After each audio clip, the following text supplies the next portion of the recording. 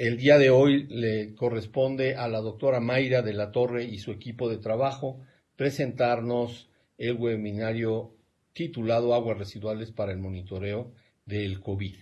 Entonces, le cedo la palabra a la doctora Álvarez Bulla para que nos dirija unas palabras de inauguración. Muchas gracias por tu presencia, Elena. No, muchas gracias a ti, Arturo. Muchísimas gracias. Es para mí un honor, un gusto estar aquí contigo, el doctor Arturo Menchaca Rocha, coordinador general del Consejo Consultivo de Ciencias. Compartirles a todas y todos, a quienes saludo con mucho afecto y agradezco el que estén aquí participando. Seguramente va a ser una serie de webinarios coordinados y o impartidos por premios nacionales de ciencias ante esta situación que estamos viviendo todavía de la pandemia de COVID-19, sumamente importantes, interesantes. Mis colegas, premios nacionales, ellas y ellos, pues tienen liderazgos importantísimos a nivel nacional y mundial y, bueno, pues han preparado esta serie de webinarios que agradezco muchísimo, que celebro, y estoy segura que aportarán a la discusión nacional aspectos importantísimos. Este primer tema de aguas residuales para el monitoreo de COVID-19 que nos presenta justamente la doctora Mayra de la Torre Martínez, ella fue Premio Nacional de Ciencias y Artes en 1988, pero es un tema sumamente importante que complementa a otros enfoques que tienen que ver con el seguimiento de este virus SARS-CoV-2 que está causando esta terrible enfermedad porque tiene grandes paradojas, puesto que avanza de una manera como muy sorda, difícil de seguir entre una parte importante de la población sin que esta muestre síntomas y sin embargo hay ciertas personas, sobre todo con ciertas comorbilidades, muchas de ellas asociadas a una mala alimentación y también por edad, que sufren esta enfermedad cursando con síntomas muy graves que pueden inclusive, muy desgraciadamente, llegar a causar la muerte. A la doctora Mayra de la Torre Martínez le acompañan los doctores Jorge Gustavo Rocha Estrada y el doctor Yaxin Ucán Coronado González y el maestro Roberto Navarro Tobar, quienes van a estar compartiéndonos su conocimiento. Y sin más, bueno, celebro profundamente y agradezco el Consejo Nacional de Ciencia y Tecnología en este nuevo régimen, igual que en todos los anteriores, agradece muchísimo esta participación cercana, experta, de las y los premios nacionales de ciencias, que ya con el CONACYT tuvimos un acercamiento y varias reuniones, en fin, nos han apoyado de muchas maneras a acompañar y a opinar y a contribuir de manera muy sustantiva en torno a diversas convocatorias, de manera sobresaliente la convocatoria de Ciencia de Frontera, que por cierto está a punto de sacar los resultados de esta propuesta novedosa, muy fundamentada en recomendaciones de las y los premios nacionales. Esta nueva participación es otra muestra de esta generosidad y de esta capacidad y compromiso por contribuir desde la ciencia de más alto nivel a la vida nacional y al desarrollo de políticas públicas con sustento científico que tanta falta hacen en el mundo y que esto ha quedado muy de manifiesto frente a esta pandemia. Los dejo con expertos en un tema fascinante. Muchísimas gracias, Arturo, por esta iniciativa y por coordinar este excelente seminario, pero más adelante se irán compartiendo los temas de toda una serie de webinarios que estoy segura van a ser de mucho interés tanto para científicas, científicos como para el público en general. Muchas felicidades por esta iniciativa y nuevamente muchas gracias. Muchas gracias, Elena, por tu introducción. Te agradecemos muchísimo como distinguida miembro de nuestro consejo, ¿sí? Y bueno, por todo el apoyo para que el Consejo Consultivo de Ciencias pueda realizar este ciclo que tú propusiste por lo demás. Muchas gracias por tu presentación. Paso entonces a presentar, bueno, quisiera agregar que entre los colaboradores de la doctora Mayra de la Torre también se encuentra la doctora Doris Leiva, ¿sí? Quien fue, digamos, también se agregó un poco después. Entonces, presento a nuestra colega, la doctora Mayra de la Torre. Ella nació en la Ciudad de México, realizó sus estudios profesionales en la Escuela Nacional de Ciencias Biológicas del POLI, donde obtuvo un grado de Ingeniería Bioquímica y su maestría y doctorado en Ciencias. Hizo un postdoctorado de 2 años en el Instituto Suizo Federal de Tecnología. Es investigadora nacional nivel 3 del Sistema Nacional de Investigadores. Ha impulsado una larga lista de proyectos en los laboratorios de diversas instituciones, como el Instituto Tecnológico de Estudios Superiores de Monterrey, el Tecnológico de Celaya, el Centro de Ciencias de Sinaloa, el Centro de Investigación en Alimentación y Desarrollo AC y en el CINVESTAR. Fue la primera mujer en recibir el Premio Nacional de Ciencias en 1988, como ya había mencionado la doctora Álvarez Bulla, por su teoría y aportaciones en ingeniería, y es el premiado más joven en la historia del premio. También ha recibido, entre otros, el Premio de Ciencias de la Ingeniería otorgado por la Academia Mundial de Ciencias, la TUAS, el Premio Manuel Noriega Morales, que otorga la OEA a jóvenes científicos, el Premio de la Asociación Francófona para el Saber, el Premio Interciencia de la Vida otorgado, y el CIBA Geigui en Innovación Tecnológica en Ecología. Actualmente es directora del Centro Académico, es directora científico-académica del Centro de Investigación y Desarrollo en agrobiotecnología, alimentaria, e investigadora del CIAR, y están en el mercado mexicano más de una veintena de productos producidos por MIPYMES con tecnología desarrollada por ella y su grupo de trabajo, incluyendo microempresas de mujeres indígenas. Cedemos, por lo tanto, la palabra a la doctora Mayra de la Torre, a quien doy la bienvenida. Bueno, muchísimas gracias a todas y todos los que están conectados. Como comentaron, esta es la primera de una serie de webinarios de los premios nacionales. Empezamos con el tema de COVID y para nosotros realmente es un gran placer y un gran reto compartir con ustedes lo que estamos haciendo, en este caso con la epidemia de la enfermedad COVID-19. Me permití invitar al grupo de jóvenes científicos que están colaborando con nosotros en este centro que es el CIDEA, y debo mencionarles que 3 de ellos vienen de un programa muy importante de CONACYT, que es el programa de catedráticos.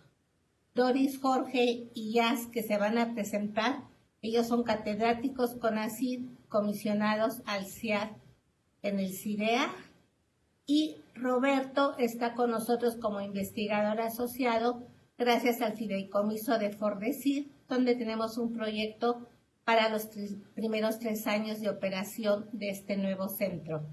Sin más, les pido a cada uno de ellos que por favor se presenten brevemente, empezando con Doris. Hola, buenas tardes. Soy Doris Leiva, catedrática CONACYT, comisionada al CIAD en el CIDEA, y mi línea de investigación está enfocada a sistemas alimentarios y productivos desde un punto de vista etnobiológico. Hola, buenas tardes.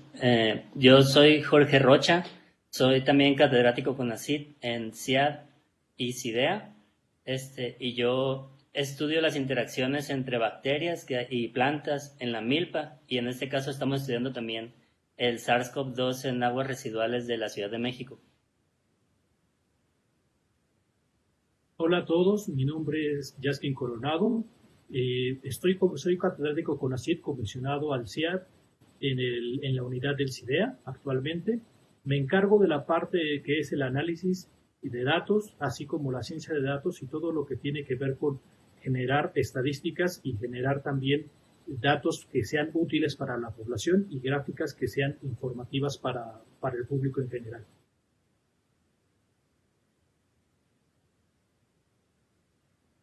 Hola, mi nombre es Roberto Navarro Tobar, soy investigador asociado del CIDEA, gracias al fideicomiso de Fordesit, y es acerca del tratamiento de aguas residuales y además de el lado matemático de estos. Muchas gracias. Gracias. Gracias, Arturo. Pues cuando tú digas podemos empezar.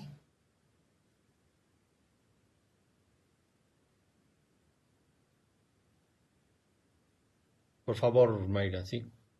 Sí, gracias.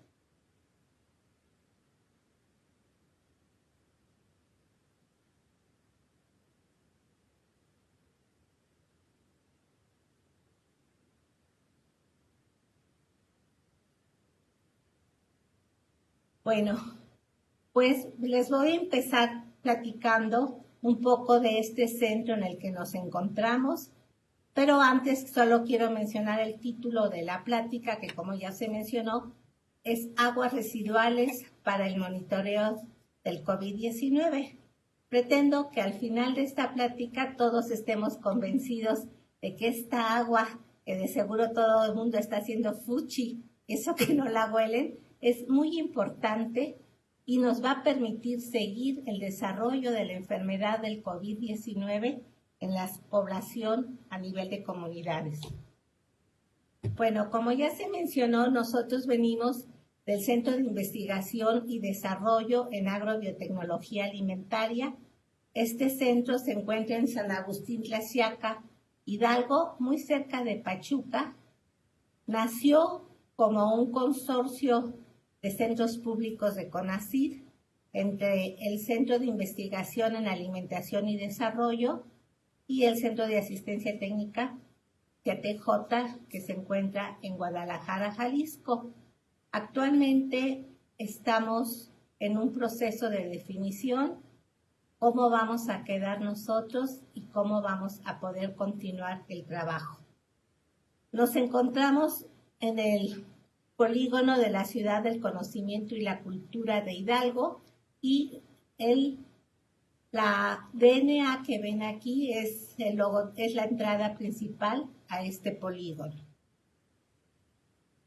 ¿Por qué estamos en Hidalgo? Bueno, esto fue a petición del gobernador que hizo en la administración pasada, basada en el análisis de qué era fundamental para el estado de Hidalgo, y ahí se planteó por parte del gobierno del estado la necesidad de tener un centro de agrobiotecnología alimentaria con varios propósitos.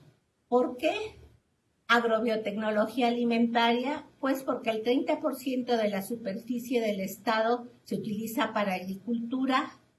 Algo que es muy importante es que tanto lo que corresponde a riego como a agricultura de temporal son predios de menos de 2 hectáreas, o en promedio si quieren 2 hectáreas, y constituyen el 52% de los terrenos en donde se lleva a cabo las labores de agricultura. Entonces, esto nos plantea un reto muy especial porque estamos hablando lo que en otro lenguaje se llama minifundios.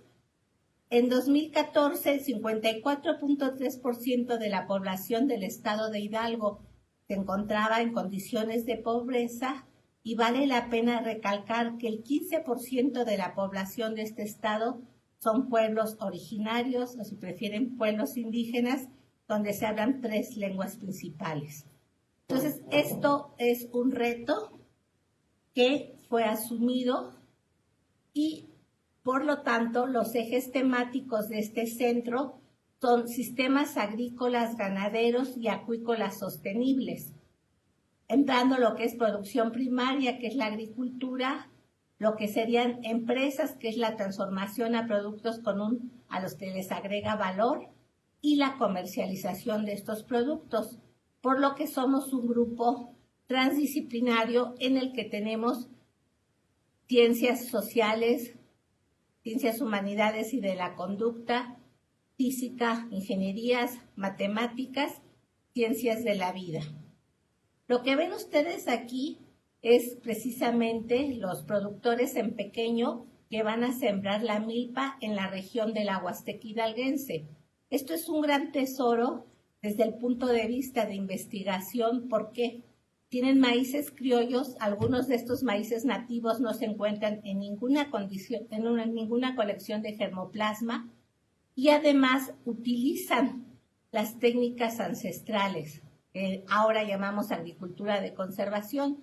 Dejan el rastrojo, no remueven la tierra, cero uso de agroquímicos. Entonces hay una diversidad no solo de los maíces, sino de todas las plantas asociadas, y algo que ha cobrado mucha importancia del microbioma en el suelo. Nuestra otra línea es agroindustria e industria alimentaria y uso sustentable de la agrobiodiversidad. Lo que ven ustedes aquí es una microindustria para la producción de miel de agave, que en realidad es el aguamiel del agave concentrado, y esto se encuentra en Durango de Abosta, una comunidad indígena muy pequeña en condiciones de alta marginación. Y esta planta fue puesta por iniciativa de ellos y estamos colaborando. Todo esto va relacionado con socioeconomía alimentaria y desarrollo regional sustentable, y ahorita estamos enfocados en municipios en pobreza y en pobreza extrema. Lo que ven ustedes aquí es una planta para procesar amaranto. Es otra vez un grupo de pequeños productores que siembran amaranto, y lo que nos llamó mucho la atención es que Mía, que es esta niña y está con su abuelita, lloraba si no tenía en sus manos lo que es el amaranto reventado. O sea, la semilla de amaranto lleva un proceso de calor para que reviente como palomitas, y a partir de ahí se hacen las alegrías, se hace la harina. Pero lo curioso es que la niña le gustó muchísimo el amaranto, y no, sin azúcar y sin nada. Entonces esto nos indica que puede ser consumido sin añadir carbohidratos. Y la última línea que da origen a todo lo que les vamos a presentar hoy es agua, sanidad e inocuidad alimentaria. A petición de Arturo Menchaca, ven ustedes aquí la espuma que está formando el agua de riego. Esta agua de riego que se utiliza en campos agrícolas cercanos a Ixmiquilpan, no sé si ustedes saben, pero son las aguas negras que vienen de la Ciudad de México sin tratar. Pues gracias a estas aguas negras, la zona del Valle del Mezquital es una zona que dejó de estar en pobreza extrema. Los productores tienen mejores condiciones de vida, pero hay obviamente problemas con la inocuidad alimentaria. Debo aclarar que las mejores condiciones de vida no solo se debe al riego con las aguas negras de estas tierras agrícolas, sino también a que ha habido una migración masiva a los Estados Unidos, y obviamente llegan muchas remesas. Solo quiero añadir que gracias a las aguas negras, la parte positiva es que hay rendimientos por hectárea muy altos. Se ha llegado a 16 toneladas por hectárea de maíz, y debo añadir que el promedio es del orden de 12 toneladas por hectárea, que es un rendimiento muy alto. Aquí se siembran calabaza, lechugas, coles, cilantro, cebollín, alfalfa, y ya mencioné el maíz. Bueno, hasta aquí, ¿qué hacemos nosotros? Pues trabajamos con los pueblos originarios y hacemos una sinergia entre los conocimientos tradicionales y la ciencia y tecnología moderna.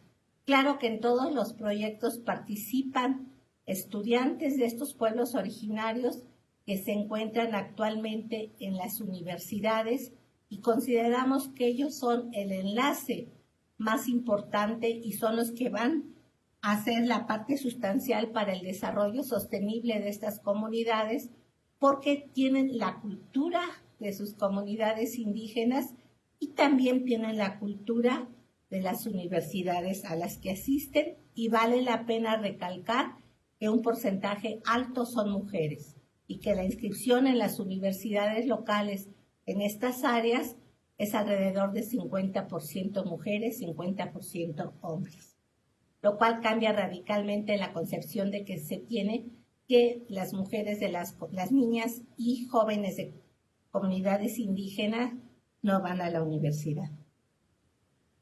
Y ahora sí, si me permiten, nos vamos con nuestro coronavirus, que es el motivo de esta plática. Aquí lo que quiero resaltar es una característica especial de este virus, que se dice que son virus con una cubierta, y es precisamente esta cubierta que tiene, que le da unas características especiales. Esta cubierta está formada por lípidos, o sea, por grasas, y por eso es muy susceptible a los jabones y alcohol. De ahí viene la recomendación de lavarse las manos o de utilizar alcohol para inactivar al virus. Obviamente, ya todos sabemos que ha causado un gran impacto a nivel mundial. Para el día 20 de julio llevaban a nivel mundial alrededor de 612,000 fallecimientos. Estaba hablando de 14 millones de infectados y casi 9 millones de personas que se han recuperado. ¿Qué ha pasado en México? Pues todos, yo creo que muchos de nosotros seguimos lo que en el argot se llama la novela de las 7, que es la conferencia donde nos informan con las estadísticas del COVID. Y aquí tenemos las estadísticas en México para también el 20 de julio. Lo que quiero recalcarles es que veamos esta curva de los casos estimados. Vamos siguiéndola y ustedes van viendo la pendiente, cómo va aumentando. Aquí en estos meses se incrementó un poco, pero si trazamos la tendencia, sigue más o menos la misma pendiente.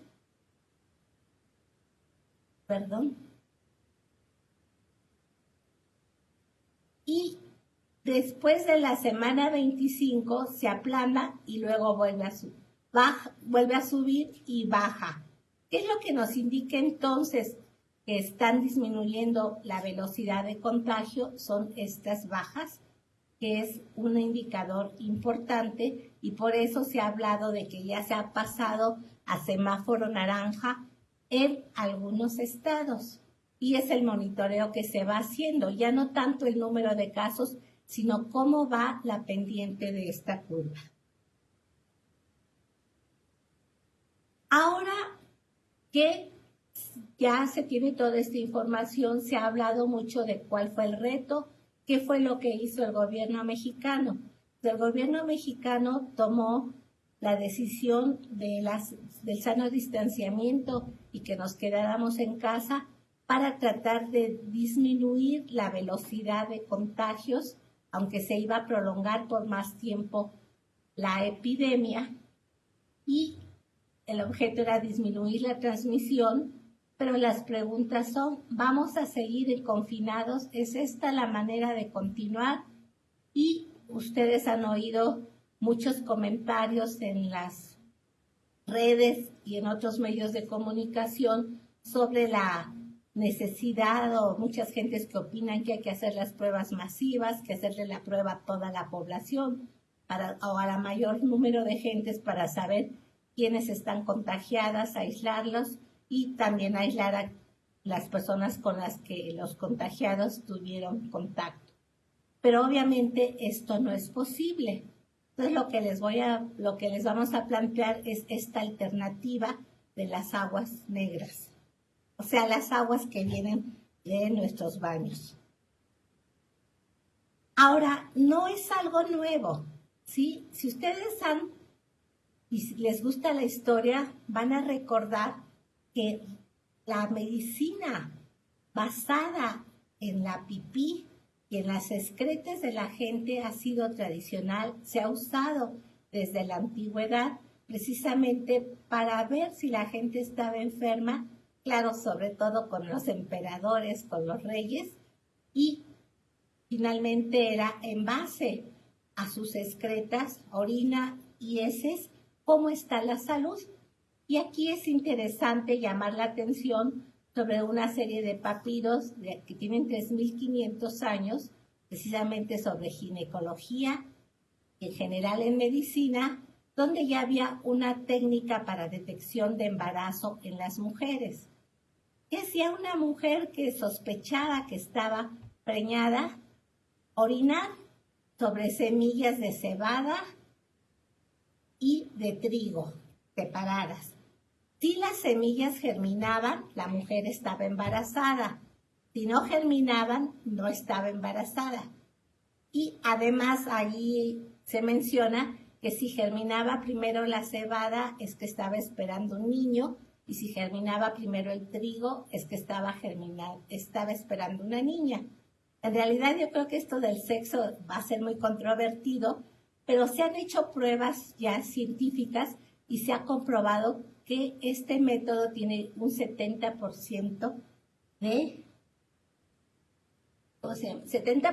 de los casos de mujeres embarazadas se pueden detectar o se han detectado con este método. Entonces es un nivel de confiabilidad interesante. Este conocimiento, ya creo que a todos nos han mandado exámenes cuando quieren ver por qué estamos enfermos, ha llevado en la actualidad a investigadores de la Universidad de Stanford a diseñar lo que se llama un WC inteligente. No es el WC completo, en realidad es la tapa. En la tapa vienen cámaras y sensores, de tal manera que cuando se hace uso de este WC, se van a medir una serie de parámetros, se van a hacer los análisis, fundamentalmente de heces fecales y de orina, y se va a poder detectar, claro, la información se va a un teléfono inteligente, cuál es el estado de salud. Incluso hablan en el artículo que les pongo abajo el DOI, que puede detectarse cáncer de colon y otras enfermedades. Entonces, seguimos con la misma idea de que las excretas están relacionadas con los hábitos de la gente y con su salud. El primero que nos presentó un artículo sobre esto fue precisamente Jorge Rocha, cuando salió la convocatoria de CONACYT, y lo que hicimos fue hablar con nuestros colegas de distintas disciplinas para que ellos nos asesoraran y poder escribir el proyecto. Oscar Norroy de la UAM Iztapalapa lleva toda su vida trabajando con aguas residuales y tratamientos de aguas residuales. Pablo Gortares del Instituto Tecnológico de Sonora hizo la tesis de doctorado precisamente sobre el uso de aguas residuales tratadas y sin tratar para riego de hortalizas, y también se ha dedicado mucho al tema. Laura Palomares, IBT UNAM, está trabajando sobre la vacuna para el SARS-CoV-2. Susana López Charretón también, ella es una viróloga muy reconocida, incluso ella participó en la certificación de los laboratorios que actualmente hacen la prueba de PCR en tiempo real y están acreditados para los pacientes. Y Jesús Hernández del CIAD, él es inmunólogo y él desarrolló un método para evaluación de personas que tengan COVID-19 basado en anticuerpos, y actualmente tienen otros proyectos.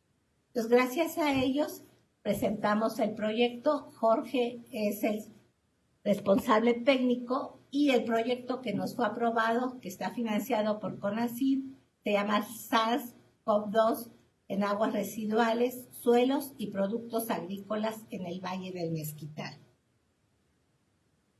Bueno, las aguas residuales, como ya les dije, de la Ciudad de México, llegan a la presa en Hidalgo, y de ahí se van por ríos y por canales de riego a los campos agrícolas. Aquí tienen una colección de un cultivo y precisamente están los campos inundados por las aguas residuales. Esto es lo que les mencionaba. Entonces, obviamente nosotros suponemos y se sabe que presenta un riesgo este uso de las aguas residuales para riego, tanto para productores como para consumidores. Y puesto que ahorita está el problema del SARS-CoV-2, esto significa que las aguas residuales llevan las excretas de los ciudadanos de la Ciudad de México y obviamente ahí va el virus. Entonces, datos sobre qué tan estable es el virus en estas aguas apenas se está empezando a investigar. Pues para nosotros era muy importante qué tan estable es el virus en matrices ambientales. Estas matrices son el agua negra, los suelos que están alrededor, los suelos de los campos agrícolas regados con esto, y cómo se esparce este virus, cuál es su dinámica en el espacio y tiempo, en las aguas y en los suelos. Y la otra pregunta, ¿va el virus en los productos agrícolas cosechados? Esto es lo que planteamos hacer, y los objetivos son cuantificar la estabilidad del virus en las aguas residuales y en los suelos aledaños a lo largo de su trayecto en el Valle del Mezquital, cuantificar ya la presencia en los suelos agrícolas regados con estas aguas, detectar el virus en productos agrícolas y hacer la modelación matemática de la dispersión del virus en agua y en suelo. Aquí simplemente se muestra la ruta que va siguiendo estas aguas desde la Presa Endó hasta Izmiquilpan para regar estas tierras. Del modelo matemático está encargado Roberto Navarro. No vamos a discutir el modelo, solo les presentamos algunas ecuaciones diferenciales. Precisamente hoy nos acaban de avisar que ya estaban los resultados. Ya vamos a ir a tomar las muestras, ya tenemos casi todo el equipo listo. Ahora, esto lo presentamos a principios de año, que fue cuando estaba la convocatoria, y ya que se cerró la convocatoria, empezaron a aparecer muchas publicaciones de información. La primera que desata todo es esta publicación donde se detecta al virus en las aguas residuales en Australia.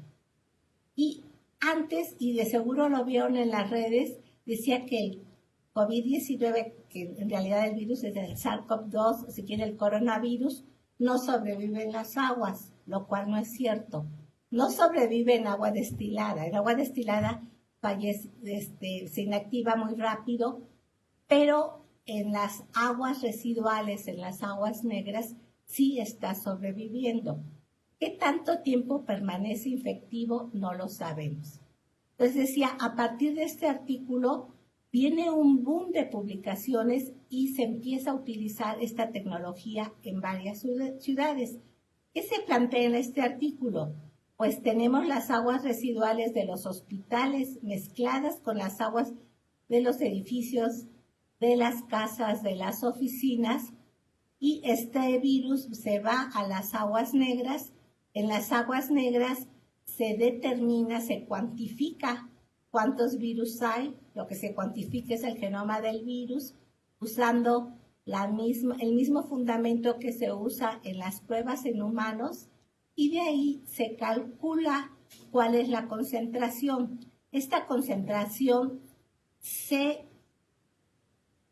compara con los casos de enfermos para sacar correlaciones, y entonces podemos, a través del análisis de aguas residuales, predecir con anticipación cómo va la epidemia y cuándo va a haber un brote, cuándo va a aumentar el número de casos infectados. Esto nos llevó al siguiente proyecto que les voy a presentar, que se lleva a cabo por iniciativa del gobernador de Hidalgo. Él fue el que propuso hacer esto, no nosotros. Participa la Universidad Politécnica de Pachuca y nosotros, y es identificación de la población infectada por el virus mediante el estudio de las aguas residuales en Hidalgo. El responsable técnico de esto es Yaskin Coronado y la parte que nos toca a nosotros es modelado y evolución del virus en las aguas residuales del estado de Hidalgo. Ya les decía que esto es una disciplina, un área que se denomina epidemiología basada en aguas residuales. Y a partir de este artículo de principios de año del 2020, en el que se dice que está el virus en las aguas residuales de Australia, nace un gran interés por esta epidemiología. Ya se había antes detectado que esto funcionaba en polio y hepatitis y ahora está enfocado también en el coronavirus. Entonces, esto tiene como propósito la recolección de datos globales de la población para reducir impacto económico y social. Esto va a permitir tomar decisiones de manera local y tomar medidas puntuales por municipio. Si nosotros tomamos las aguas residuales y se analizan de una cierta población, podemos saber si permanece el mismo nivel o la misma pendiente, si quieren, de infectados. Cuando hay un cambio rápido en pendiente, eso nos indica que aumentó el número de infectados, sin tener que hacerles la prueba a cada uno. Y además tiene la ventaja de que tanto la gente que presenta síntomas como los asintomáticos excretan el virus en sus heces. Entonces sabemos cómo va la población y esto es más barato, es económicamente viable y se puede llevar un monitoreo constante tomando las muestras del agua residual y detectando ahí, en este caso, el virus SARS-CoV-2. ¿Qué pasa? Uno se infecta y al día siguiente o a los 2 días empieza a aparecer el virus o va aumentando la concentración del virus en las heces. Esto pasa en promedio 1 semana antes de que se presenten los síntomas, de tal manera que con esta metodología podemos anticipar con 1 semana cuándo va a haber el incremento en sintomatología y en las personas. Es como un semáforo que nos va a decir, cuidado, hay más infectados y se pueden tomar otras medidas, hacer las pruebas, etcétera, para hacer confinamientos, seguimientos, aislar a las personas, pero ya sobre una base, aquí está aumentando la concentración del virus. Entonces, ¿qué nos permite? Medir la prevalencia de infecciones a nivel comunitario y predecir los brotes de la enfermedad. Ustedes han oído que se habla mucho de que viene un rebote. Pues con esta metodología podemos saber cuándo se presenta el rebote para tomar las medidas. Les repito, ¿qué pasa? Que simplemente tenemos una pendiente. Si la pendiente aumenta, hay un cambio brusco. Puede ser que disminuya si la pendiente bajó y si sube es que aumentó el número de infectados y hay que tomar las precauciones y las medidas necesarias. ¿Qué estamos haciendo en Hidalgo? Pues es irse a los 5 municipios donde hay un mayor número de contagios. Aquí ustedes tienen el número de contagiados. Al día 6 de julio, Pachuca, Mineral de la Reforma, Tepeapulco, Tizayuca y Tula de Allende. Entonces aquí es donde se va a empezar a probar todo esto, hacer las correlaciones. Y estos son los sitios de muestreo, que son los sitios cercanos a los hospitales, donde está el mayor número de enfermos internados. Entonces, ¿qué vamos a hacer? Tenemos la concentración, vamos a tener otra vez un modelado, conocemos la concentración viral. Vamos a ver qué tanto se degrada este marcador, que es el genoma del virus, del hospital a la zona donde se toma la muestra. Tenemos los datos de contagiados basados en los datos de la Secretaría de Salud y vamos a hacer las correlaciones para poder estar haciendo estas predicciones. Pero sirve esto no solo para el coronavirus. Si tenemos las muestras y estamos utilizando esta técnica, Aparte del coronavirus, hay otra serie de virus que están en el agua. Aparte, tenemos rotavirus, hepatitis, polio, ébola y varios más. Entonces se podría hacer el estudio más completo de ir siguiendo también otros virus que pueden causar epidemias e inclusive se pueden, si se quiere, hacer secuenciaciones de genoma para ver mutaciones, si están surgiendo variedades de estos virus. Pues ese fue el segundo proyecto. Entonces el primero era seguir todo el virus desde la presa en Do hasta los campos agrícolas, cuál es su dinámica, si se encuentra en los productos de esos campos o no. El segundo ya tiene que ver con salud pública, que es esta cuantificación del virus, ya con cierta periodicidad, va a ser cada semana en determinados sitios, correlacionar esto con la población y que sirve para saber cuándo aumenta el número de contagiados y tomar todas las medidas necesarias.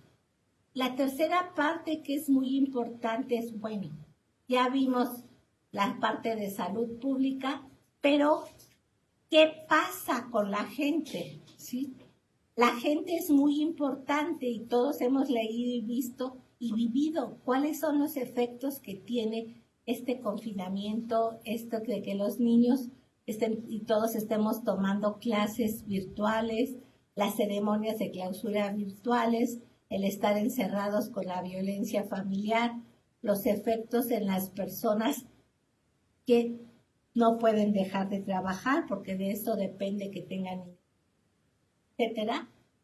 Entonces, más allá de la enfermedad que hay, y este es un tercer proyecto en el que la responsable técnica es Doris Leiva, y lo que se está haciendo es los amusgos de Guerrero ante el COVID-19, cómo enfrentan ellos la fase 3 y de la epidemia, el reforzamiento sanitario, económico, social, familiar y político pospandemia. Los amusgos son una población, son un pueblo originario de Guerrero. Ya les dije cuál es el objetivo, es analizar estrategias y dificultades vividas en estas comunidades durante la implementación de la fase 3 por COVID-19, así como los efectos de la pospandemia a nivel regional en el campo sanitario, económico, social, familiar y político, en base a su cultura y enmarcar esto en el contexto nacional y global de las políticas sanitarias. Buscando información, encontré que precisamente el presidente de México acaba de visitar a estas comunidades y este también es un proyecto en conjunto con otras instituciones, CIATEG, Universidad Autónoma de Guerrero y la Universidad Hipócrates. Bueno, si ustedes recuerdan sus clases de historia, pues no es la primera vez que en México, lo siguiente, hablemos de Tenochtitlán en 1520, nos enfrentamos a una enfermedad desconocida para la cual nosotros no teníamos anticuerpos y empieza a haber problemas muy serios, muchas defunciones. Ya lo vivió Tenochtitlán en 1520 y esta fue una de las razones por las que los españoles pudieron tomar la Gran Tenochtitlán. Bueno, y ahora lo estamos viviendo en la actualidad con el COVID, no solo nosotros, sino todo el mundo. ¿Qué vamos a hacer? Pues, como se ha mencionado, en todo el mundo estamos enfrentando y vamos a regresar a una nueva normalidad y se trata de protegernos del virus, ¿sí? Pero tiene que quedar claro que el virus ya llegó, se quedó, y no es solo el coronavirus, hay muchos otros virus que se van a estar presentando. Ya tuvimos el H1N1, el ébola, el dengue y van a seguir apareciendo. Entonces tenemos que aprender cómo vivir con ellos, qué vamos a hacer, cómo enfrentarlos, si nos vamos a estar confinando cada vez que aparezca un virus nuevo o un virus que sea especialmente virulento. La respuesta yo creo que es no.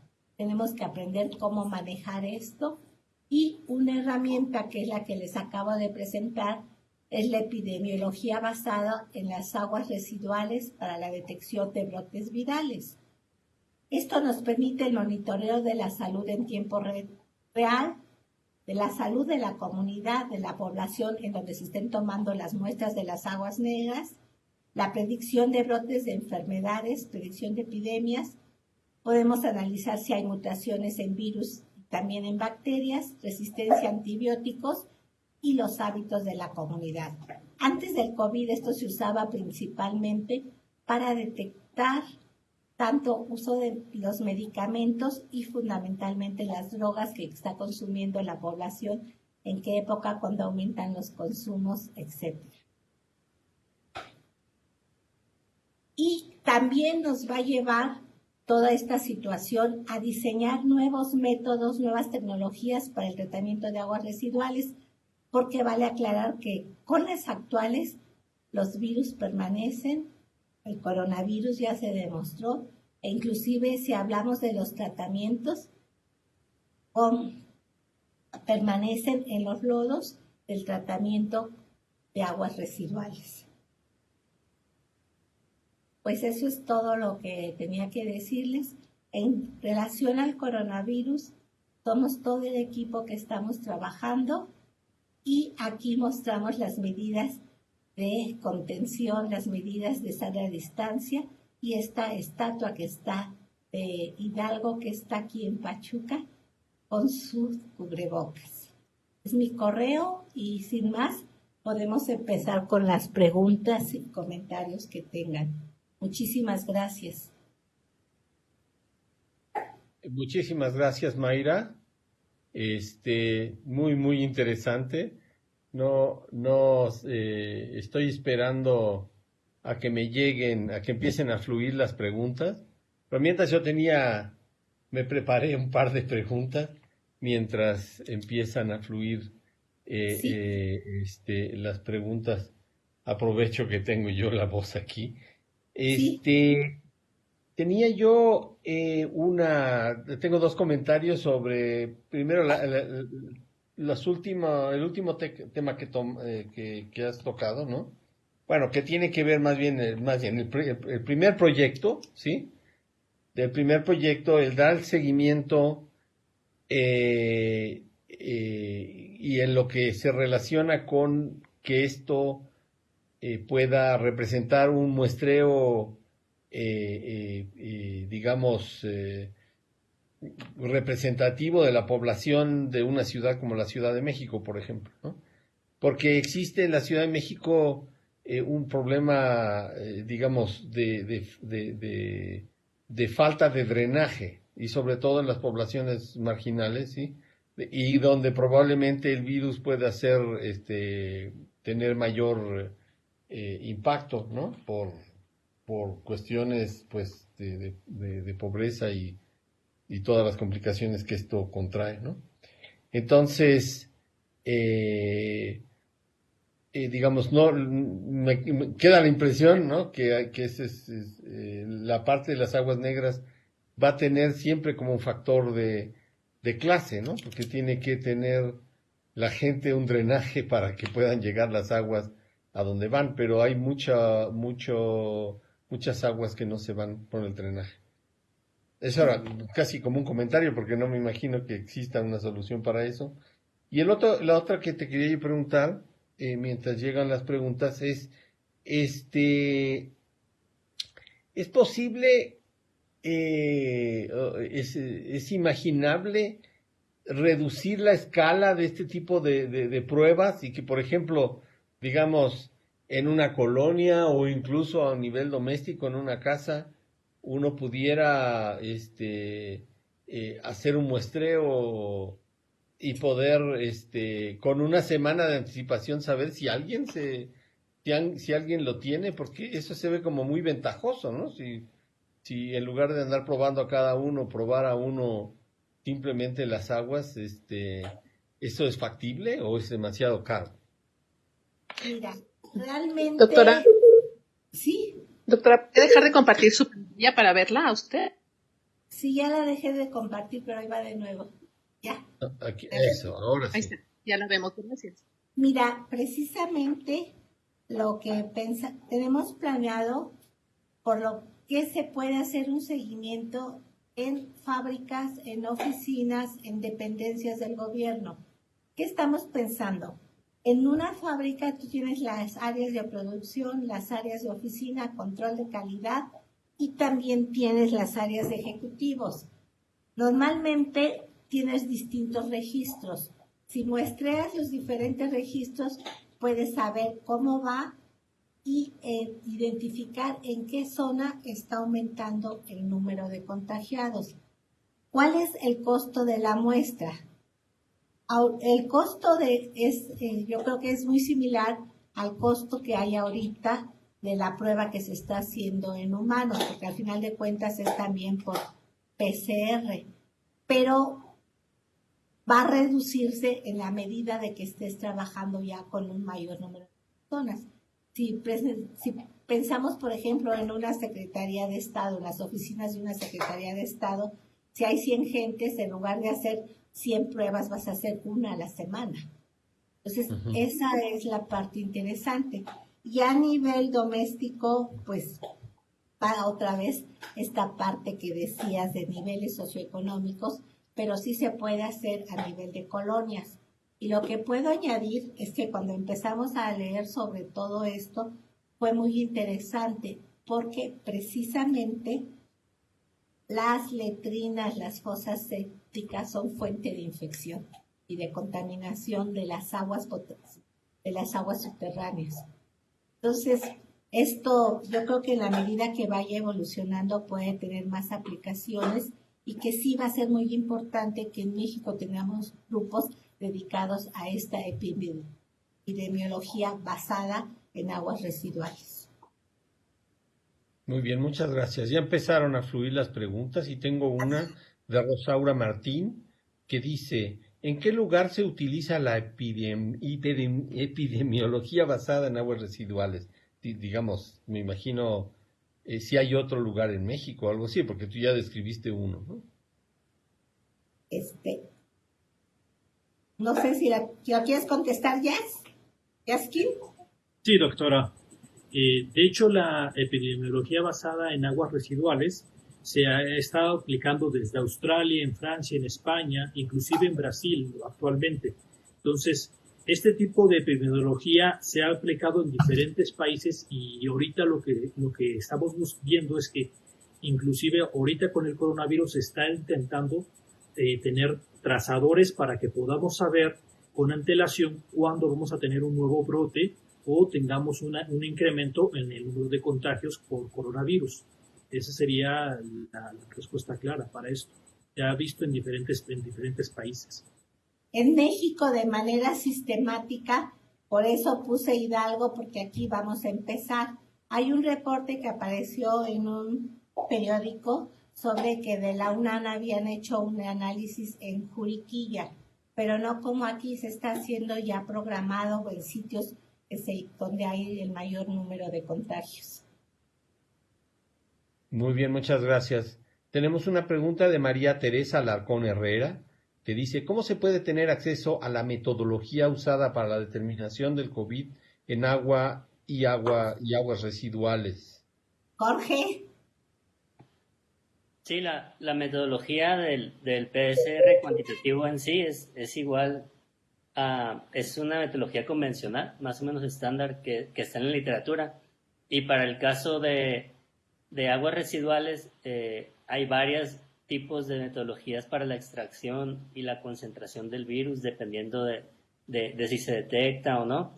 Entonces, está en la literatura. Nosotros vamos a desarrollar también la nuestra para nuestras muestras que funciona. En general es concentrar la muestra, extraer el ARN y amplificarlo por PCR. Y con todo gusto, ustedes tienen ahí mi correo al final de la presentación. Podemos compartir con ustedes la metodología y los resultados que vayamos obteniendo. Muchas gracias. Una tercera pregunta. Eric Flores Guzmán, en la elaboración del modelo matemático, ¿qué sensibilidades se están tomando en cuenta? Tenemos dos modelos, así que le doy primero la palabra a Roberto, que es con la dinámica del virus en las aguas y en los suelos, y luego a Yaskin para la parte de correlación con la población, con los casos en población. Roberto. Muy buenas tardes.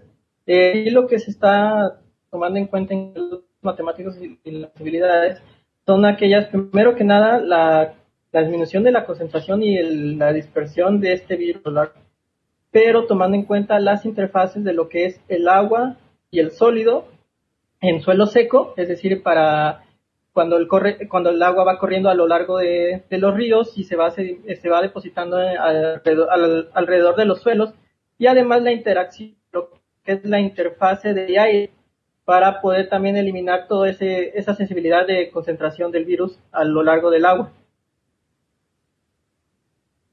Yaskin y luego Jorge. Yaskin. Sí, buenas tardes.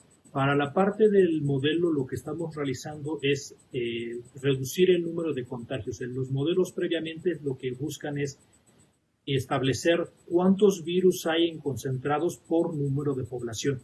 Entonces, lo que estamos haciendo actualmente es, con los datos públicos del sistema de salud, tratar de correlacionar cuántos infectados existen por hospital, estimar el número de no infectados y a partir de ese número ver cuál es el número total de virus que se encuentran en el agua, bueno, la concentración viral que se encuentra en el agua, y también tomar en cuenta la distancia, porque realmente el virus sí se encuentra concentrado, pero dependiendo de la distancia de los canales de aguas negras que existen a la toma donde se está generando, hay una variación muy grande. Por eso es que lo que vamos a tomar en cuenta va a ser distancia, concentración del virus y el tipo de población que estamos estudiando. Jorge, si nos puedes decir cuál es la sensibilidad del RT-PCR. Teóricamente puede detectar hasta una molécula individual de ARN viral. Ya después depende un poco de otros componentes que pueda haber en la muestra, que puedan interferir un poquito, que eso ya es difícil predecirlo, pero sí es la técnica, yo creo, más sensible que hay para este tipo de detección. Gracias. Arturo, pues continuamos. Sí. Hugo Velasco pregunta, ¿cómo se aísla el SARS-CoV-2 del agua residual? Jorge. Varios pasos que yo he estado estudiando en la literatura son separar por tamaño, se puede hacer, se puede también filtrar, se puede concentrar con componentes químicos, y ya que se tiene una concentración, por ejemplo, a partir de 100 mililitros del agua, se concentra el virus específicamente y ya se hace una extracción convencional como cualquier otra muestra. A ver, Hugo Velasco Verdán pregunta, ¿qué medidas de bioseguridad emplean para el procesamiento de las muestras? Y antes de que comentes, les quería mencionar que tenemos a una audiencia de más de 300 personas.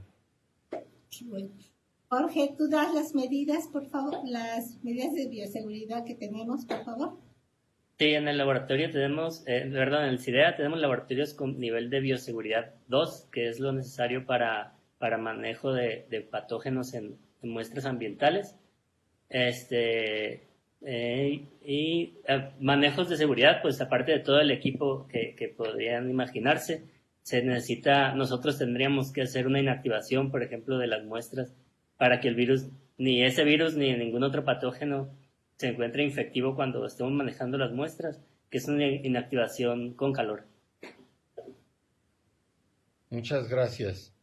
Elvia Alba pregunta, ¿es posible que el virus llegue a mantos acuíferos y mantener su capacidad de infección?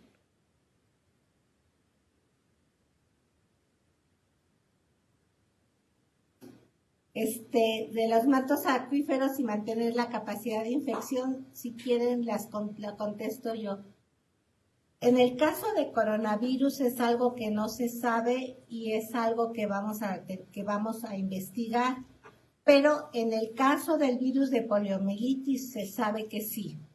Inclusive hay un estudio muy completo donde se hace todo el análisis de la dispersión de este virus y se ha llegado a encontrar en suelos a 1 kilómetro de distancia de donde estaba originalmente y se mantiene infectivo. O sea, para hacer esto lo que se hace es cultivarlo en líneas celulares y ahí se ve si el virus se mantiene infectivo o no.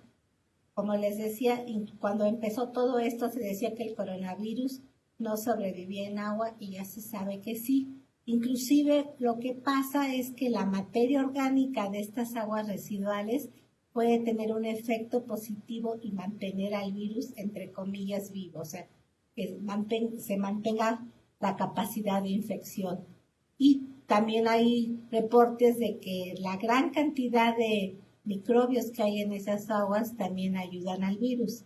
Y si nos vamos a suelos, pues una vez que el virus entra a una partícula de suelo, está, como Juan en su casa, totalmente protegido.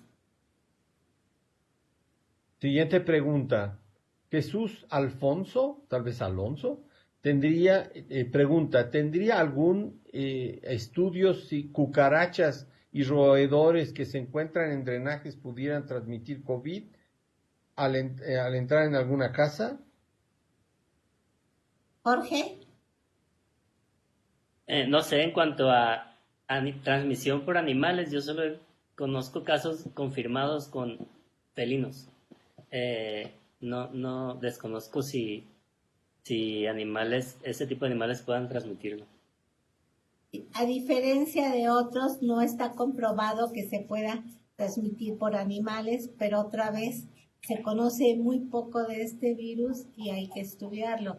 Solo como se sabe que probablemente viene de murciélagos. Y tal vez el sentido de la pregunta era si simplemente más que transmitirlo es acarrearlo, animales que lleven las patas sucias o algo así. En el caso de acarreamientos, probablemente sí. Por eso es que están tanto estas medidas de la nueva normalidad, de estar manteniendo todo limpio.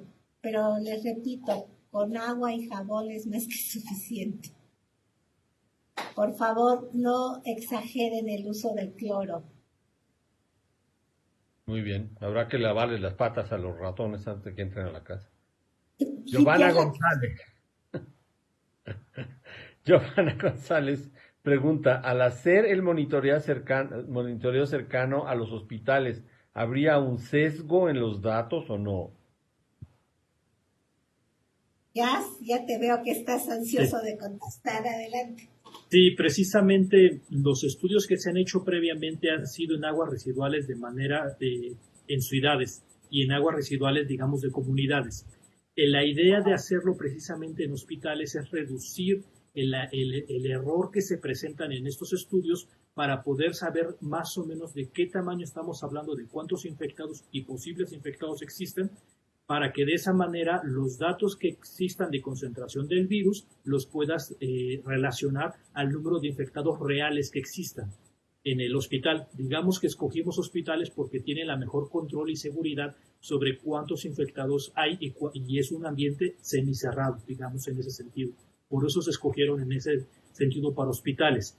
Sí se han hecho estudios para comunidades, pero el estimado que se tiene para comunidades es muchísimo más grande y los valores pueden diferir entre 10,000 a 100,000 personas infectados. Por eso es que se está buscando reducir ese error que se tiene en los estudios actuales. Ahora, esto es para el modelado, para hacer las correlaciones. Muchas gracias. Yo quería avisar que tenemos una serie bastante larga de preguntas ya y hemos establecido, establecido un límite para esta presentación que será por ahí de las 6:30 de la tarde, ¿sí? Entonces, nos quedan 25 minutos. Fede Guerrero pregunta, ¿el sistema de purificación de agua actual sirve para eliminar el virus de COVID-19? Me refiero a las embotelladoras y al sistema de agua de cada estado. Gracias. A ver, Se ve que habla de agua a dos niveles, la purificada y la que llega potable por el sistema regular del agua.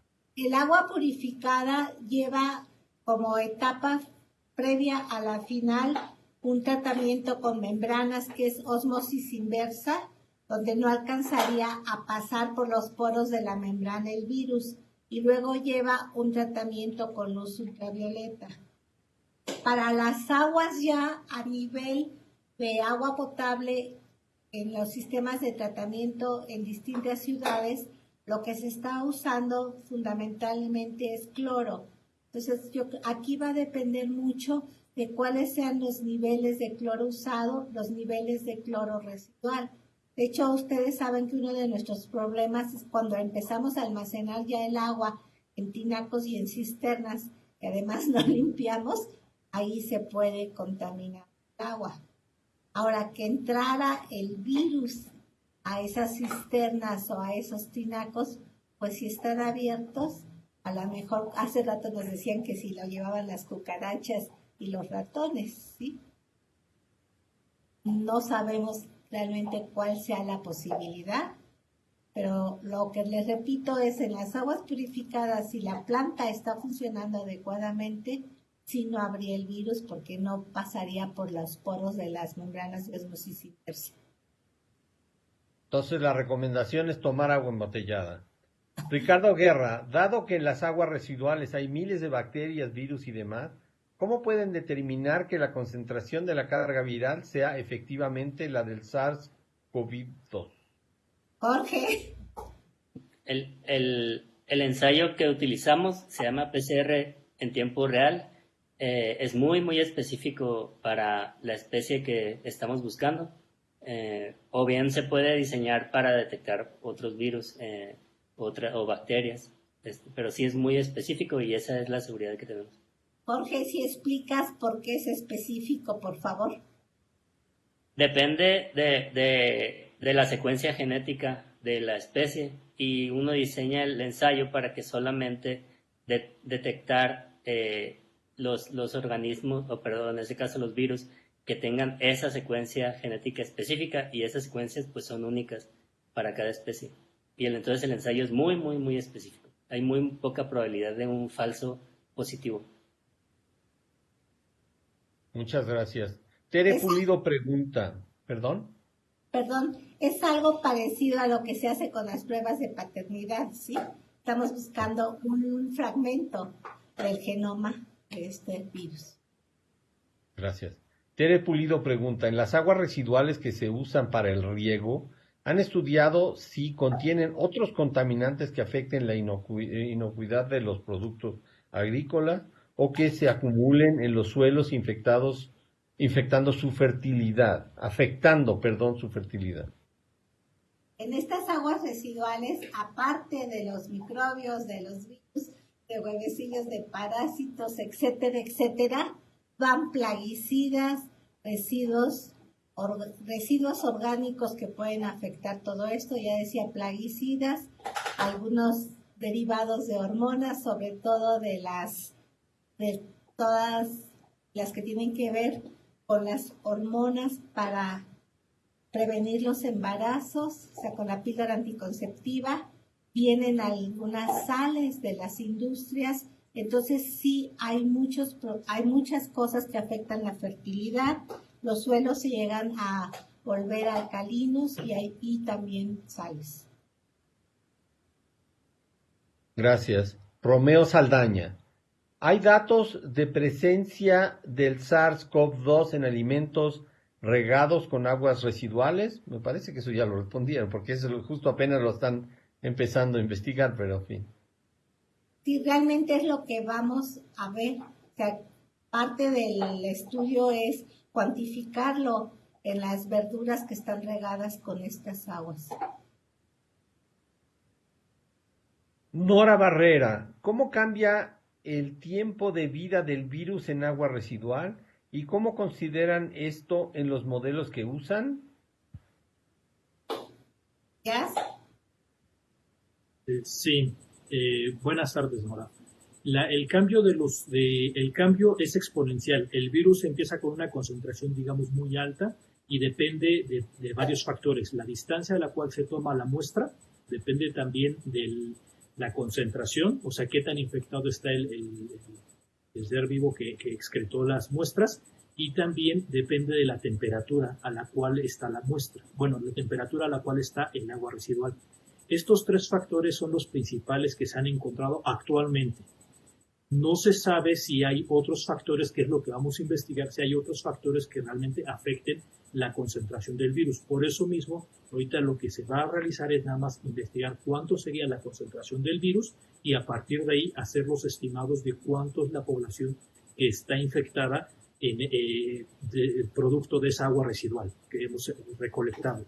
Realmente, pues es un estudio que se está haciendo en tiempo real y que tienen apenas, el artículo fue hecho en abril, entonces tenemos abril, mayo, y ahorita ya llevamos 3 meses en los cuales pues apenas en junio se hicieron las primeras muestras y ya nos aprobaron ahorita para mandarnos los primeros resultados de las concentraciones virales para que empezar nuestro estudio. Muchas gracias. Gracias. Jorge Eduardo Rodríguez pregunta, ¿se detecta la carga viral de los virus activos o infectantes o la carga viral total? La contesto yo, es la carga viral total. Para ver cuáles son los activos, tendríamos que hacer ya una infección de un cultivo de células, de cultivos de tejidos. Entonces, en esta primera etapa nos vamos a la carga total y ya después nos vamos a lo que estás preguntando. Ricardo Guerra pregunta, ¿cómo pueden darle trazabilidad a esa concentración de carga viral de un infectado en una muestra X de agua residual? No sé si yo no entiendo mucho la pregunta, pero a lo mejor tiene sentido. Repito, ¿cómo pueden darle trazabilidad a esa concentración de carga viral de un infectado en una muestra X de agua? Realmente este método no es para un infectado, es para poblaciones. Entonces vamos a saber si va aumentando la carga viral, eso indica que está aumentando el número de personas infectadas en la población, pero no vamos a detectar quién es el que está infectado. ¿Yas, quieres añadir algo? Sí, los modelos en general lo que realizan es que asumen que hay una cierta cantidad de carga viral por infectado, pero como son aguas residuales, tiene que ser el concentrado general de cuántas casas o cuántos excusados han sido excretados, excusados han sido usados para poder determinar la carga completa. Eso realmente lo que hacemos es que utilizamos un número muy grande o estadísticas para poder determinar cuál sería la carga total o la descarga total de virus. Esas estimaciones realmente son considerando promedios. Y la verdad es que pues actualmente por eso mismo no se tienen los números exactos y no sería para un infectado, sino para comunidades o regiones más grandes de población. Muchas gracias.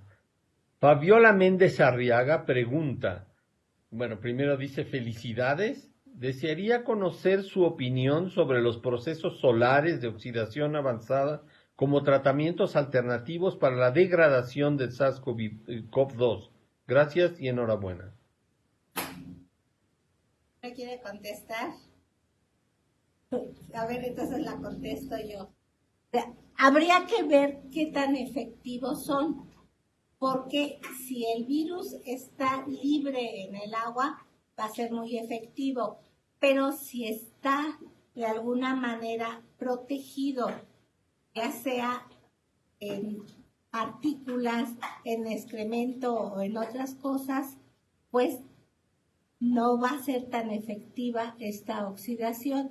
De hecho, hace rato Jorge me mandó un artículo y estábamos discutiendo sobre qué querían decir, porque ahí hablaban de que las técnicas para cuantificarlo en ese son muy enfadosas y estamos discutiendo qué quería decir ese término enfadoso en inglés y se refería a que son extremadamente laboriosas y el término que usaban que me llamó mucha la atención es que el virus estaba protegido como en una especie de tienda de campaña, o sea, no estás libre, está protegido, tiene su armadura que está formada por las heces y por lo que hay ahí.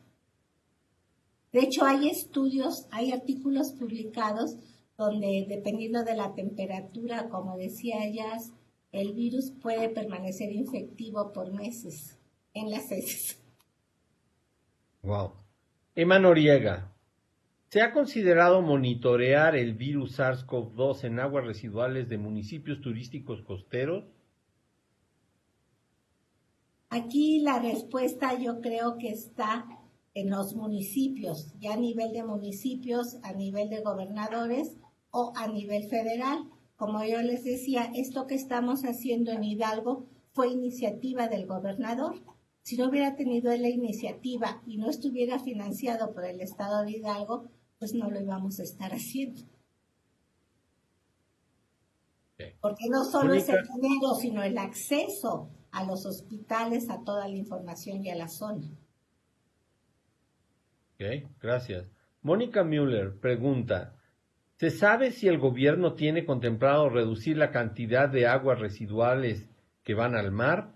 ¿La combinación de agua dulce y salada afecta de alguna manera la concentración del virus? Ya, te veo con ganas de contestar. Pues la verdad es que no se sabe actualmente. O sea, sí se tiene ideas de que siempre hay una afectación por digamos, por presencia. Ya sabemos que hay presencia de antibióticos, fármacos e inclusive virus en la combinación de aguas residuales y agua salada. Pero el problema es que como es demasiado novedosa para el coronavirus, no se conoce si existe esa presencia actualmente. Gracias. Mónica Müller también pregunta, ¿la sanidad tiene implicaciones en la conducta de la higiene personal? ¿Sería necesario tratar los residuos a nivel domiciliario? Doris, la parte social, la parte de conductas, por favor. No te oímos. Ya, ahí está. Pues en este caso, pues depende mucho de cómo la población está llevando las medidas. En este caso, pudiera ser que habría que estudiar esas estrategias y dificultades, ¿no?, que está viviendo la población y cómo han enfrentado la pandemia en cuestiones de con las medidas sanitarias. Gracias. Ok. A ver, Juan Francisco de León Ibarra dice, si se tratasen las aguas residuales como se debe, esto más bien es un comentario, NOM 001 para agua y NOM 004 para lodos, ¿eso no evitaría la propagación del virus? Quisiera una pregunta. Perdón. A ver, la respondo yo. De los artículos que se están publicando, que todo es muy reciente, como dijo Jazz, todos están siendo de este año, está que los tratamientos no son efectivos. La norma pues no está incluyendo la presencia de virus y coronavirus. Y aparte yo quiero añadir que en el caso de las aguas residuales que se utilizan aquí en el Valle del Mezquital para riego, sí hay una planta de tratamiento de aguas muy grande, muy importante, pero los productores se niegan a utilizar esas aguas. No quieren usar aguas tratadas porque las aguas tratadas le quitan lo bueno, lo que les da la fertilidad a sus tierras. Entonces, esa planta está subutilizada y por eso lo que hemos aprendido en el tiempo que llevamos aquí es que no solo basta con la parte técnica, ¿sí? Tiene que tenerse en cuenta la parte social, la cultura, los habitantes, su organización. Entonces, si con eso se contesta la pregunta. Bueno, Ángel Eduardo Zamora Acevedo. Hola, buenas tardes. ¿Se está previendo la interacción de medicamentos con el coronavirus para las correlaciones? ¿Jazz? Actualmente no es la interacción de medicamentos, sino realmente la supervivencia del virus digamos, en las heces que se excretan de infectados y asintomáticos, sería lo que se está considerando, pero no la interacción con medicamentos, dado que no está diseñada la prueba para detectar medicamentos en este caso. Y en el caso de las aguas residuales utilizadas para riego, lo que vamos a hacer son los análisis de rutina de aguas y suelo para tratar de correlacionar con las características de las aguas y la característica de los suelos, pero sí no incluimos análisis de derivados de medicamentos. Gracias. Sara Pérez Castrejón, ¿han monitoreado aguas residuales tratadas antes y después de posloración? Tal vez sea cloración, pero no sé. No, nosotros no lo hemos hecho y tampoco hemos encontrado reportes en todo lo que hemos estado revisando. Básicamente estaban hablando de los tratamientos de lodos activados. Gracias. Marisol AC. ¿Qué hay de la interferencia microbiana? Ha sido demostrado que también puede darse entre virus, por lo tanto, ¿no se vería afectado el resultado? Lo que se ha reportado, y es en el caso del virus de la polio, es que llega a tener un efecto positivo sobre la sobrevivencia del virus la presencia de distintos grupos microbianos en las aguas negras. Entonces, es otra vez algo que hay que investigar, si realmente hay efectos positivos o negativos, cuál es la interacción de esas poblaciones microbianas, si quieren, de ese microbioma de las aguas residuales o de cualquier otro lado con el virus. Inclusive, no sé si, yo creo que no hemos visto ningún estudio sobre la interacción del microbioma humano con el COVID, con el coronavirus. Jorge. Sí, de hecho, ahorita aquí en México, en el Sinvestav de Irapuato, hay un proyecto que van a buscar correlacionar justamente la microbiota del sistema digestivo con los síntomas que provoca el COVID. Muy bien. Héctor Jaramillo Garza pregunta, ¿el tema de plantas tratadoras de aguas residuales en un ciclo de recuperación ordinario, qué efectividad a la depuración y control del agua tiene alguna referencia? Se ve que me faltan palabras, pero se entiende la pregunta. La respuesta sería que se comunique conmigo, por favor, al correo electrónico y le mando las referencias que tenemos sobre esto. Es poco sobre coronavirus, repito, hay mucho sobre virus de la polio, sobre virus de hepatitis, sobre rotavirus, pero sobre coronavirus es muy poca la información, porque realmente cuando viene el boom de todo esto, pues a partir de inicios de este año. Muy bien. Nuestra colega Marisa Massari, ¿qué genes planean determinar? ¿Serían los mismos que en muestras clínicas? Jorge. Sí, los mismos, excepto el control que se utiliza, que se llama RPB, no me acuerdo exactamente el nombre, que es un gen del humano, que es como un control de que hicimos bien de que hicieron bien el muestreo. Entonces ese no lo vamos a detectar, solamente los del virus. Muchas gracias. Hugo León, ¿es posible que el virus se volatilice cuando está contenido en un agua residual?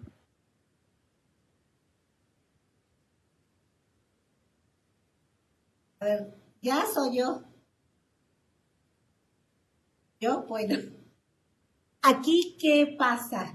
Cuando estamos hablando, no sé si te están refiriendo a esta información que se estuvo divulgando en redes y de que el ser humano éramos capaces de formar partículas muy pequeñitas para que el virus estuviera en esas partículas en el aire y este fuera el sistema de transmisión. ¿Sí?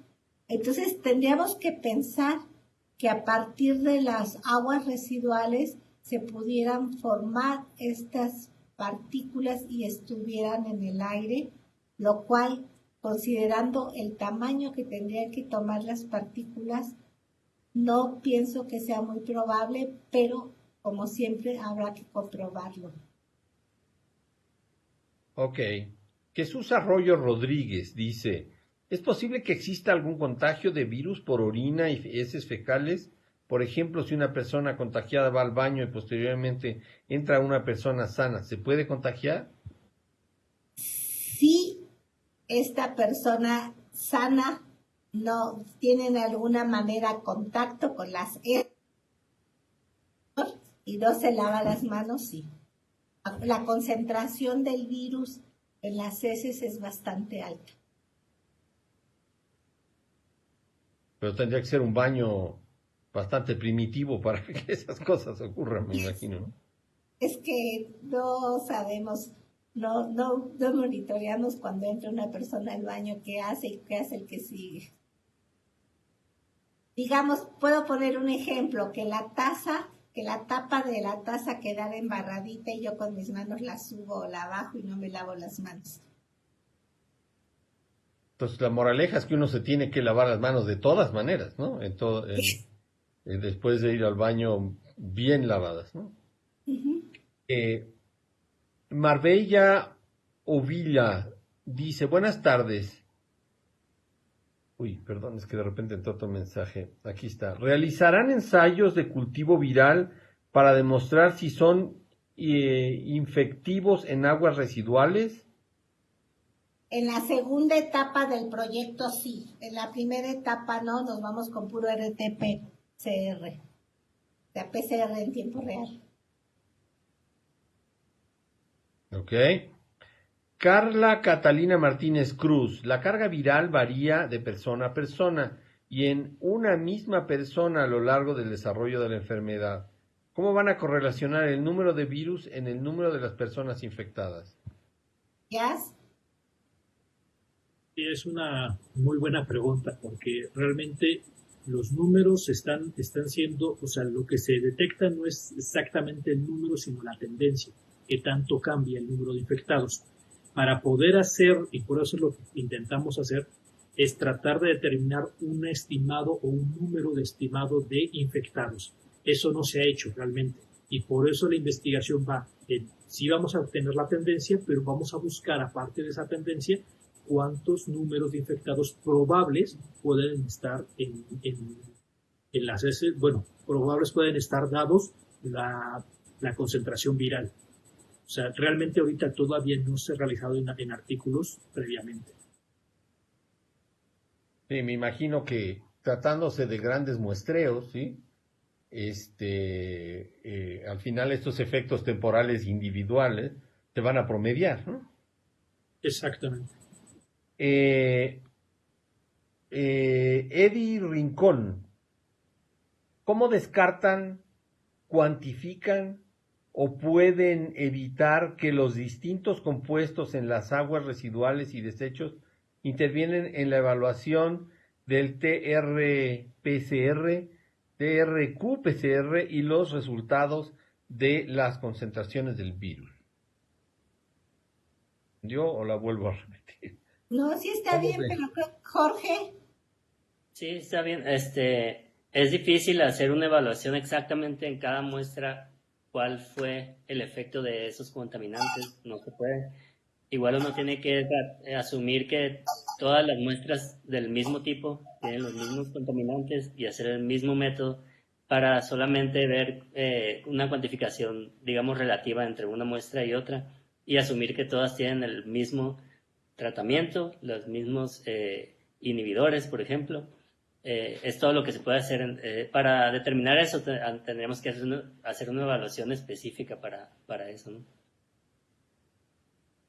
Aquí solo quiero añadir que lo que estamos haciendo es dar los primeros pasos. como siempre, según lo que vayamos encontrando y los resultados que vamos obteniendo, todo esto se está afinando. Y no solo estamos en esta situación nosotros, sino realmente en todo el mundo estamos en lo mismo. Estamos aprendiendo y cada vez van a surgir más preguntas como las que ustedes están haciendo, que son muy, muy pertinentes. Alian Amiel dice, ¿el virus puede evolucionar o adaptarse más fácilmente de alguna manera en agua dulce o salada, de tal forma que propague más rápido su forma de contagio? La respuesta, Jorge, ya vi que estás hablando, adelante. Sí, la respuesta teóricamente sería sí. Cualquier ente biológico con material genético, DNA, pues tiene la capacidad de mutar, pero solamente cada vez que se reproduce, en este caso en una infección activa, es cuando puede mutar. Entonces, cuando una de estas mutaciones obtiene una ventaja selectiva, evolutiva, en cualquier ambiente, se va a favorecer su presencia en este ambiente, y si esta mutación le mejora por chance, por azar, su capacidad para infectar, pues sí puede pasar eso. Es difícil de detectar y de medir, pero sí puede pasar. Gracias. Isabel Labastida Núñez, ¿cuánto tiempo lleva la determinación del virus en el laboratorio? Jorge, otra vez. Más o menos horas. Además del muestreo y que hay que ir a colectar las muestras, una extracción puede tomar un par de horas, 2 a 4 horas, y la cuantificación más o menos también 2 horas o 3. Pero se hacen muchas muestras a la vez. Un equipo convencional puedes procesar más o menos 20 o 30 muestras en una corrida. Ok, ya se nos está acabando el tiempo. Voy a dar paso a algunas preguntas más, nada más.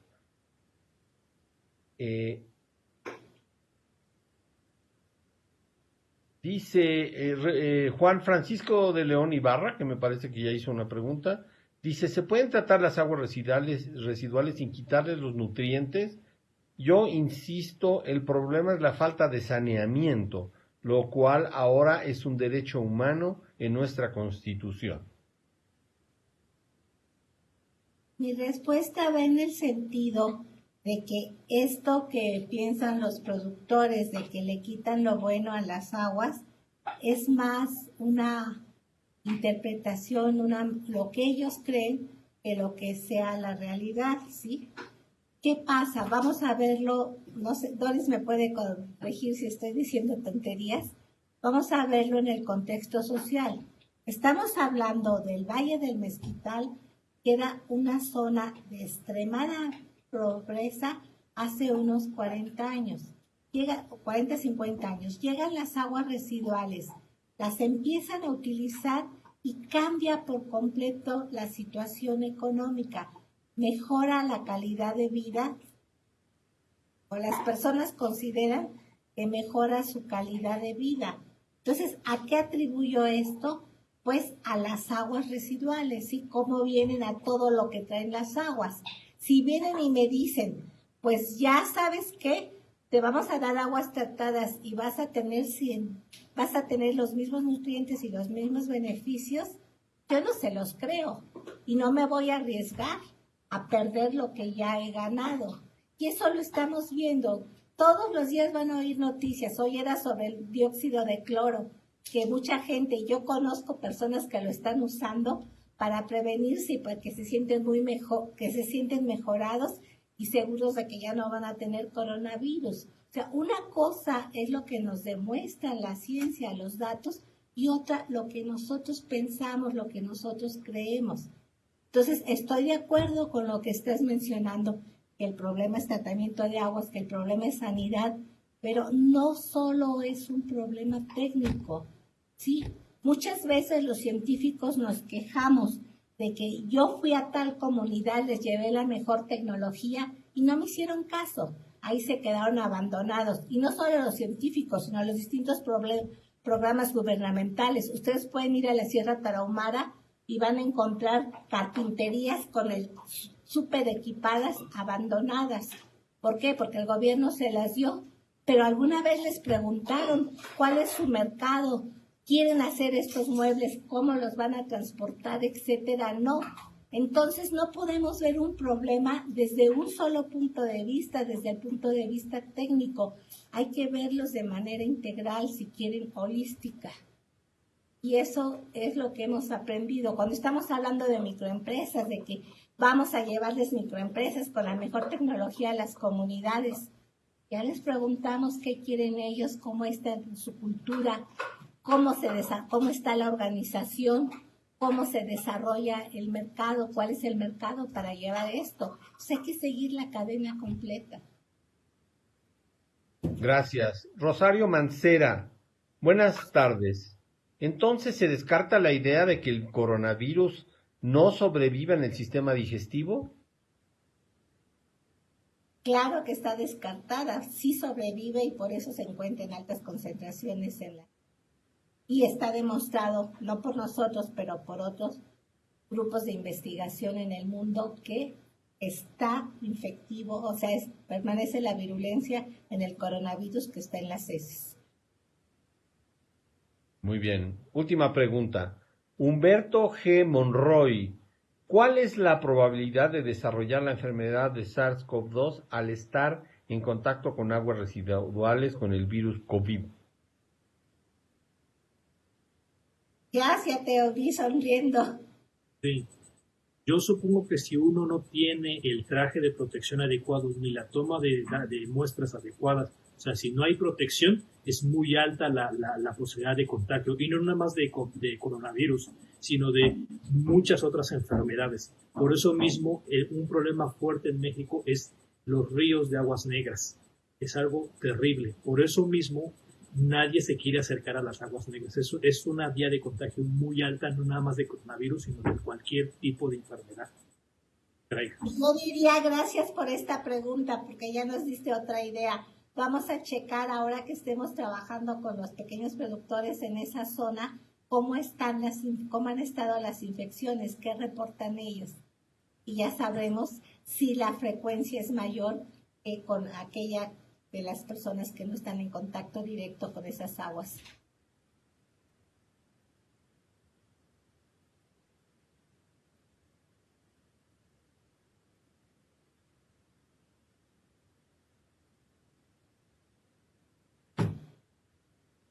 Perdón, Arturo está hablando. No, perdón. Sí. Veo que haces gestos, pero yo me lancé sin prender mi micrófono. Juan Manuel Vigueras Cortés dice, felicidades, doctora Mayra. Pregunto, 2 puntos. ¿El modelo predictivo tendrá sesgos si se trata de 2 diferentes tipos de agua residual, de la Ciudad de México y de las comunidades cercanas a Pachuca? Perdón, estaba yo viendo un mensaje que mandaron precisamente de respuesta de esto. Si quieres repetir la pregunta.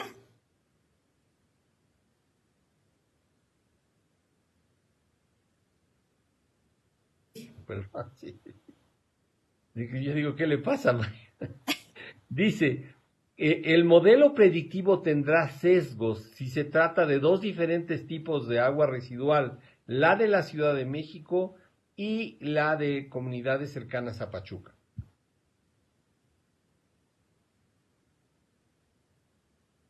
¿Yaskin? Sí, efectivamente hay sesgos, hay diferencias entre hacer la recolección del agua que hay explicando, hay 2 proyectos, uno que está enfocado a lo que es el Valle del Mezquital y otro que está enfocado en municipios con alto contagio. La que está enfocado en el Valle del Mezquital, los puntos de muestreo están cercanos a áreas donde son zonas agrícolas. En el otro caso, los puntos de muestreo están cercanos a hospitales y a ríos en zonas urbanas. Por eso estos municipios, lo que se escogió fueron en las zonas donde se están haciendo los desagües. Estos 2 proyectos, claro que tienen, cualquiera de los 2 tiene sus sesgos propios del estudio. Por lo mismo, estamos buscando la mejor manera para cuantificar esos sesgos y tratar de dar la información más precisa posible. Arturo, Arturo, si me permites, quiero Sí. leer un mensaje de uno de nuestros asesores, el doctor Oscar Norroy de la UAM Iztapalapa. Él, respecto a la pregunta que nos decían sobre el tratamiento, dice, sí se puede hacer un tratamiento dejándole nutrientes suficientes. Hoy por hoy hay un alto desperdicio de nutrientes, hay desnitrificación en el suelo, muchos problemas con el agua del acuífero. Por el lado social, hay gente que prefiere el agua de lluvia que la residual para regar, ya que con la residual se quejan mucho de las enfermedades y pues hay que considerar una nueva situación y si lo que queremos es perpetuar el status quo. Gracias, Arturo. Muy bien. Bueno, pues así concluye este primer webinario de premios nacionales ante el COVID-19. Empezamos por agradecer a la doctora Mayra de la Torre por su extraordinaria presentación, súper entretenida para un físico que no entiende nada, pero realmente entendí muchas cosas ahora. Agradezco a Doris, a Jorge, a Yaquín y a Roberto, y a Roberto por su participación. Y agradezco al equipo de CONACYT y del Consejo Consultivo de Ciencias por todo el apoyo logístico. El Consejo Consultivo de Ciencias agradece de manera especial a nuestra colega consejera, la doctora Elena Álvarez Bulla, por el apoyo brindado por CONACYT para esta serie de webinarios. Y quiero antes de cerrar, anunciar que la próxima semana, de hecho el 30 de julio, tenemos al doctor Francisco Sánchez Sesma, que coordina una presentación nominada de esta serie, un webinario titulada El inicio de la pandemia en México y el efecto climático. Y el 20 de agosto, el doctor Enrique Zúcar, también miembro del Consejo, hará un webinario sobre diagnóstico rápido de COVID basado en imágenes y técnicas de inteligencia artificial. Nuevamente, reitero el agradecimiento al Consejo Consultivo de Ciencias, un gran abrazo a Mayra y a su equipo de trabajo, y muchas gracias a todos, que tengan una muy buena tarde. Yo solo quiero añadir, como diría Sabine, que como ustedes ven, a Arturo y a mí la juventud nos va a llegar por contagio y por eso quise que estuvieran con ustedes todos nuestros jóvenes investigadores. Muchas gracias a todos y todas por sus intervenciones, por estarnos escuchando. Para nosotros fue una nueva experiencia. Y doctor Pablo Wong, perdona si se me olvidó enfatizar mucho que somos parte del CIAT. Gracias, buenas noches.